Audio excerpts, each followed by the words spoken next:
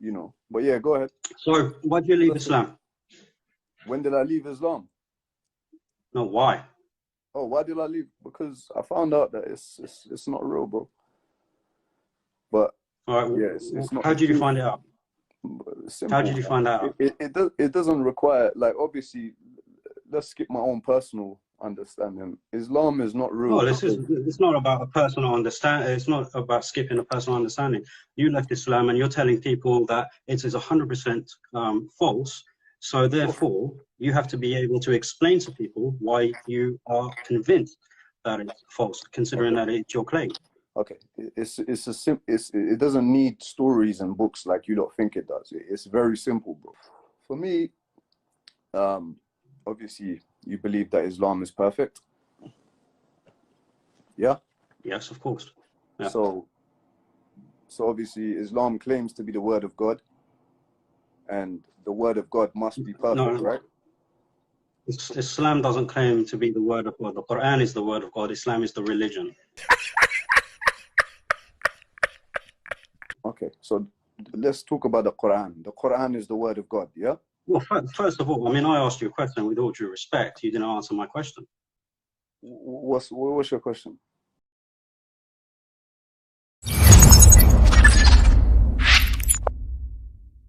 Okay, so let's say hypothetically, I find an imperfection in the Quran. Would that make the Quran imperfect? Yes or no? Why are we talking about hypotheticals? It is or it isn't. Why can't you answer a simple question? If I find an imperfection because your question is irrelevant. Your question, a question of hypothetical let's error. Do a question of truth. Let's do a question of facts. Again, I'm asking you a simple question that you should be able to answer without any ignorance coming up, without you scratching your neck. If I find an imperfection in the Quran, will that deem it to be imperfect, or will it make it still be perfect? Well, I think you just answered yourself. No, I would like you to answer it, please.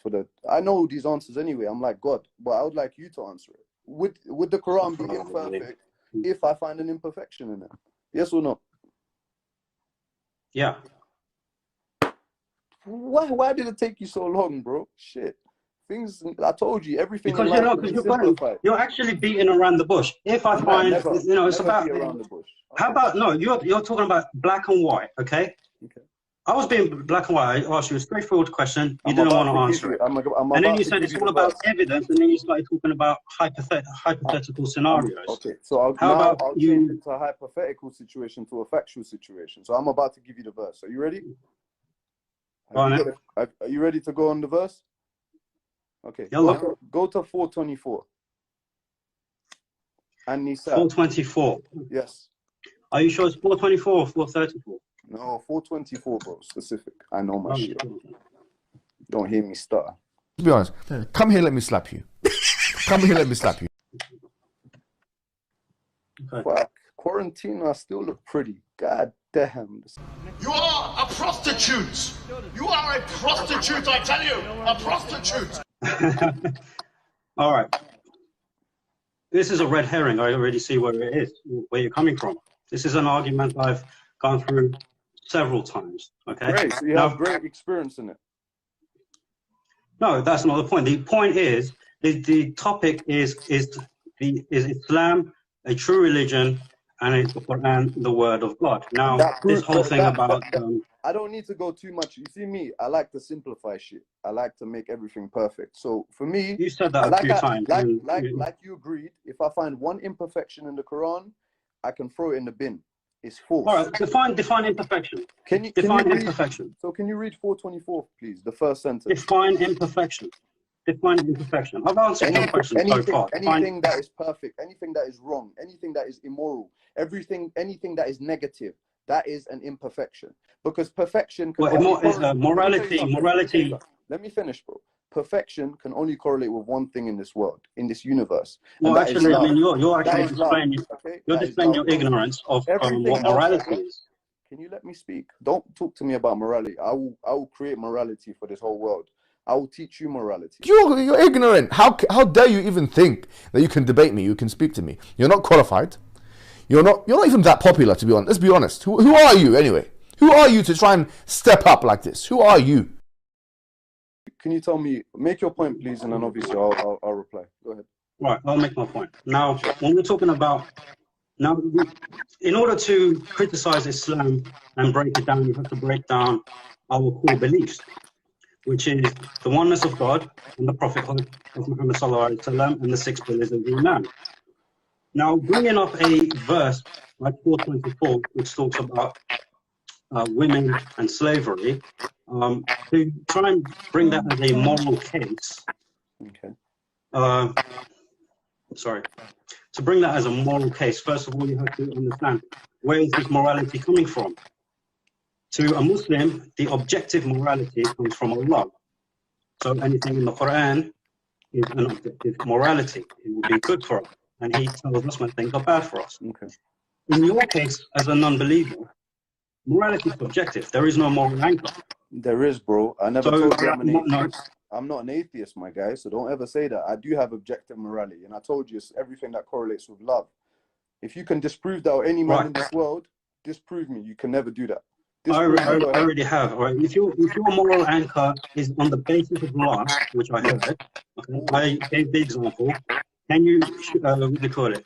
Should you love a murderer? And he said, yeah, that's fine. You can have love for a murderer, and you can love a murderer as well, because humans do it. Whether it's the right thing to do, whether it's the wrong thing to do, that's different. A truly conscious. Well, that's morality. No, it's the right morality. Right and wrong. Brother, this guy is a dumbo. Let me speak, bro. I don't do what you do. Let me speak. I always make points. The difference is whether you can love somebody or not. That's different, depending on subjective to each person and their personal morality. The more conscious you become, the more you understand love. You actually look at the person who's even a serial killer, and you won't criticize him for being a bad person. You understand that he's lacking love itself, for him to not be able to comprehend that, for him to be able to dish that out to others. So the pain comes from within them. Something's missing inside them for them to bring it out and not understand it or appreciate love or life in others, for them to take that away. Does that make sense to you? All right. No, it doesn't, because your philosophy is all wrong. Okay. All right. Love is an emotion. It's not a morality. Bro. We'll talk about that later. Let me break it down for you. Look, now that we've agreed that you know, everything that says in the Quran. Bro, what is this? You don't agree. You just come on here so you can just. No, because you don't agree that everything in the Quran is an objective morality from Allah. So how can you say you agree on it? Let me tell you something. Let me tell you something. If God brought out a book, okay, if the Quran's not the book of God, but if God had a book of God, and that was real, and we were somehow able to prove that that was true, then everything in that book would be perfect. The fact that Islam is fake and the Quran is not the word of God, when we find something in it, we can criticize and question it. And if it is wrong, and if it doesn't correlate with love, okay, and love is the only thing that is divine in this world, do you accept that or not? Do you accept that love is the highest vibration or frequency you can ever attain? It's the complete purpose and the highest form of intelligence as well. Do you accept that? No, of course I don't agree, because for Muslims, the highest purpose is, as Allah says in the Quran, that's why Muslims are lost, and that's why you can't make any point right now, and I am. That's why you don't hear me. I'm breaking down your point. Can you read the verse? Can you finally read the verse now? We've waffled too much. Can you read the verse now, please? I read a verse from your Quran, and you don't want to do it. I will. Like I said, I'm not done yet. Like I said, I'm not done yet. All right, go on. You were talking about the philosophy of love, and you're trying to ask me if I agree. You weren't. No. What, you want to make a point and just move on? You think if you know anything about me, you would realize that I catch on to everything you would say, and I will break it down piece by piece. Okay, Razak, can you please read the verse? So after I'm done doing that, then I will read the verse. Okay, go ahead. Okay. Don't expect answers from me. I said love is not a morality. Love is an emotion. This is something you have to understand. The morality it's an emotion, all right? And you keep talking about this consciousness. Now, you haven't even defined consciousness. You throw this word around like Yes, you know I have. it means You haven't- something. you You haven't heard have it. to define what you have to define the terms you use. You are not defining the terms you use. The Bro. morality is when it's okay to do something, when it's not okay to do something. Okay. So if you're talking about love, the morality is when is it okay to love someone, when is it okay not to love someone, and even then, because it's an emotion and not an act, It's not an emotion. it doesn't really fall into that category.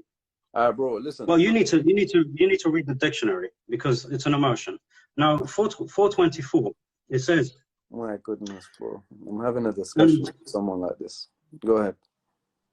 Yeah. Do you want me to read it or not? Yes, please. All right. Then a little respect will go a long way. I'm sorry. And married women, and also prohibited to you are all married women, except those your right hand possesses. This is the decree of Allah upon you.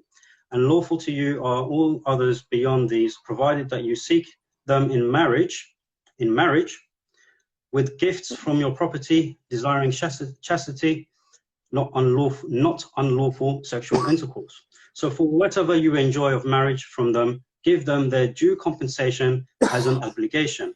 And there is no blame upon you for what you mutually agree to beyond the obligation. Indeed, Allah is ever knowing and wise. So what's your issue? So you believe that... You wanted me to read a specific... No, you wanted me to read a specific part of that verse. No. So what's the issue? That first sentence is a point on its own, and everything that comes after that is separate to that. But you know, we won't really go into that. Right. So after that, it says that these women that are captives are you are to marry them. You are to give them gifts from your own property. You are to keep them modest and chaste. You should not have unlawful sexual intercourse, which means no marital rape. So for whatever you enjoy of marriage from them, give them their due compensation. So give them their rights as wives. And this is an obligation upon you. And there is no blame upon you to what you mutually agree above and beyond your obligation towards one another. So again, where is the problem? This has been happening for millennia. Yes, it's been happening by men, but men go to war. And in the case of Islam, the Muslims at first did not go to war with anyone. They suffered persecution, and they only went to war when Allah subhanahu wa ta'ala told them that they can... Oh, you cannot listen. This is, you know... I'm listening, bro. I'm listening to everything. Right. So when Allah subhanahu wa ta'ala told them to go and spread the message, yeah? Right. No, sorry, say that again? Allah told them to do what? Whatever, so you finish whatever you like to say. So right, okay. When Allah subhanahu wa ta'ala said what? By the way, while I'm answering your question, I expect you to produce evidence that says I can come and kill you on your couch simply because you're an ex-Muslim, a non-believer. So look for that while I'm answering your question. Okay. So as I said, the Muslims were commanded to defend themselves from the raids from Quraysh. And that's the only time they went to war. Now, when it came to warfare, obviously, at that time, women were treated as property. They were things to be sold, to be inherited, by men. You know, exchanged for money. By men. Yes, by men. Yes, by men. So it's when warfare happened between Muslims and non-Muslims, and the Muslims won, when the women that they took, they treated them with the utmost respect.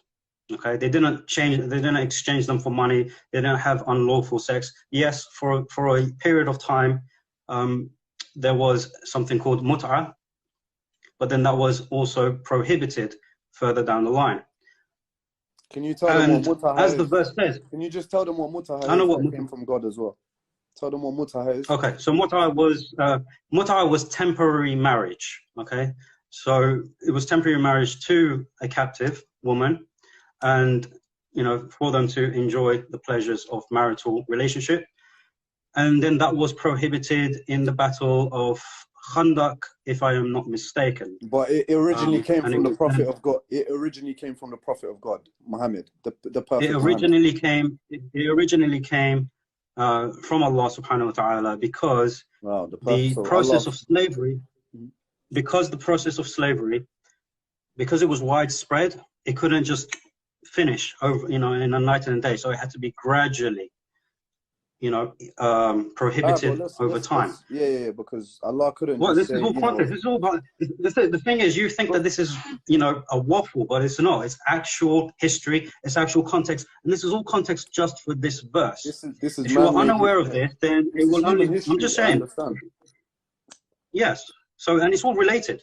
It's all related. So I'm not just waffling. I'm Bro, how giving long does it take proper you to answer information. my question, which is when is it okay to take women as slaves, and the wives of Well, other men, and take them as your own?